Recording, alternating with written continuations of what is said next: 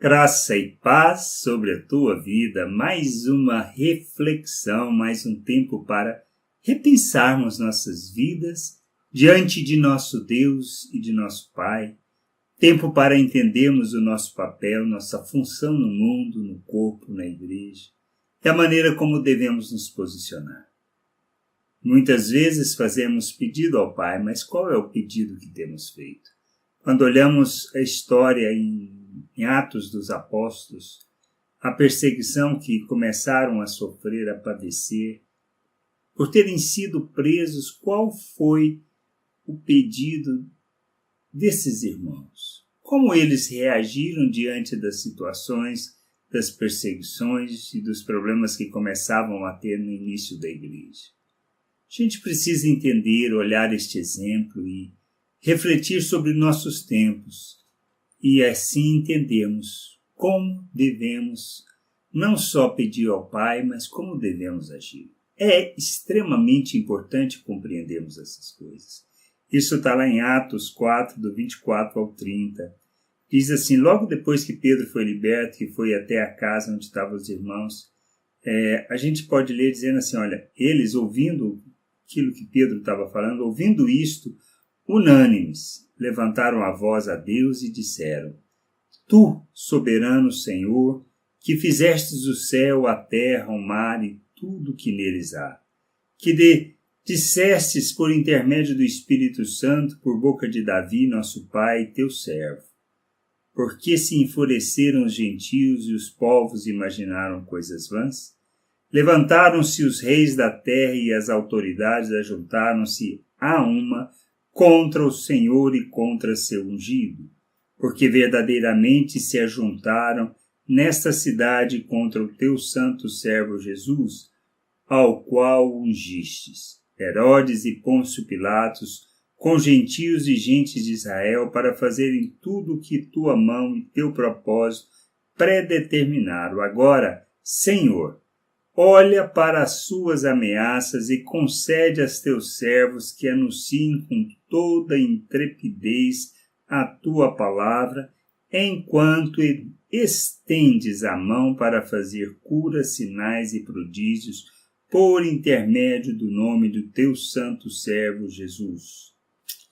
Olha para suas ameaças e concede aos teus servos que anunciem com toda intrepidez a tua palavra. Foi o pedido deles, eles pediram para que fossem livrados, que Deus condenasse aquelas pessoas que os estavam perseguindo ou que livrassem deles? Não, muito pelo contrário, eles pediram para que o Pai pudesse conceder intrepidez, ousadia para falar, anunciar, pregar e viver o reino de Deus. Nós precisamos entender e olhar a nossa realidade. Temos perseguição? Não, no sentido de que, da mesma maneira que eles tinham padecido e eram ameaças físicas, nós não temos tido. Muito pelo contrário, desfrutamos de uma liberdade para poder falar. Mas qual é a verdadeira perseguição que podemos ou enfrentamos? Perseguição do mal que vem de nós mesmos, ou seja, o focarmos em nós, nos nossos interesses. Nos bullying que podemos padecer pela nossa fé, pela nossa crença, pela maneira como nós pretendemos ou queremos viver segundo a vontade de Deus, que é contrária ao pensamento deste mundo.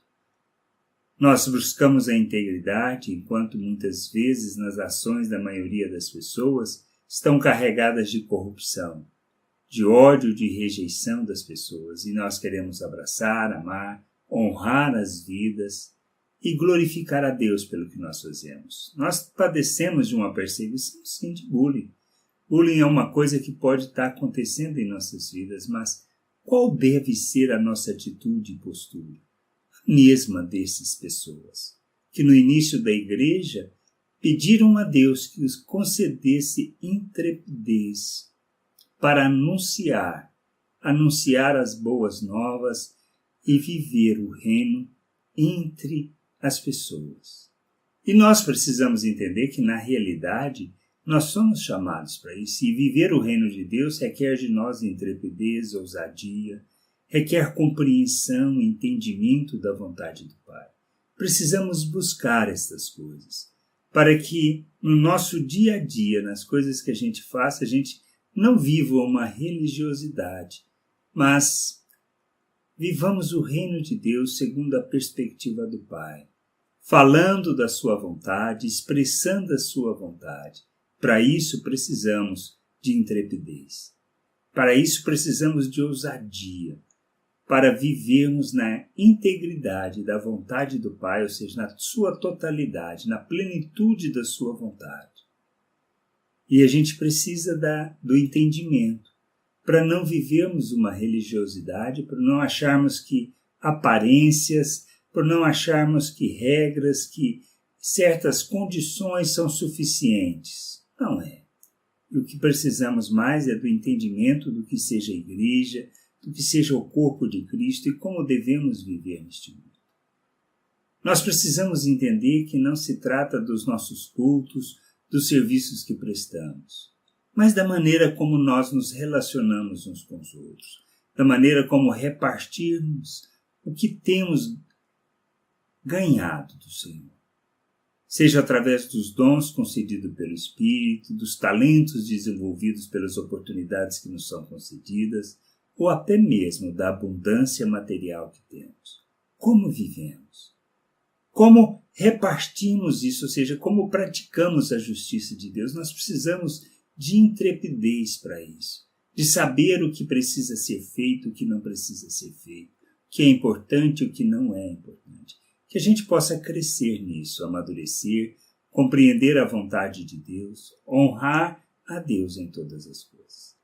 Para que a sua vontade se cumpra em nós, através de nós, para que essa vontade se realize na igreja, no corpo de Cristo, para que, tendo um processo de amadurecimento, de crescimento, o Evangelho possa alcançar aquelas pessoas que ainda não conhecem a Deus, não conhecem as boas novas, não compreendem o reino de Deus. E principalmente para que entendam que não se trata de religião, mas se trata de viver segundo a vontade de Deus entre os homens. Viver expressando o Pai ao mundo, manifestando o Pai por meio dos nossos relacionamentos. De entendimento do nosso papel no corpo, do servir uns aos outros, do ser instrumento na vida uns dos outros para o crescimento, amadurecimento e cumprir da vontade do Pai. Que a gente possa crescer, amadurecer e compreender a vontade do Pai. Graça e paz sobre a tua vida. E que você possa compreender tudo isso e se sujeitar a essa vontade. Que a gente nessa jornada possamos crescer, amadurecer juntos, conhecendo o Pai da sua vontade. Se você tem gostado disso, se você tem compreendido essas coisas, se você tem aprendido a viver a vontade do Pai, que você possa repartir isso com os outros.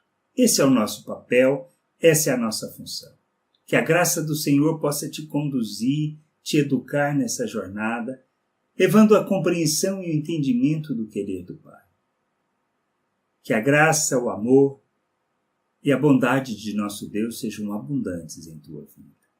Graça e paz sobre a tua vida. Amém.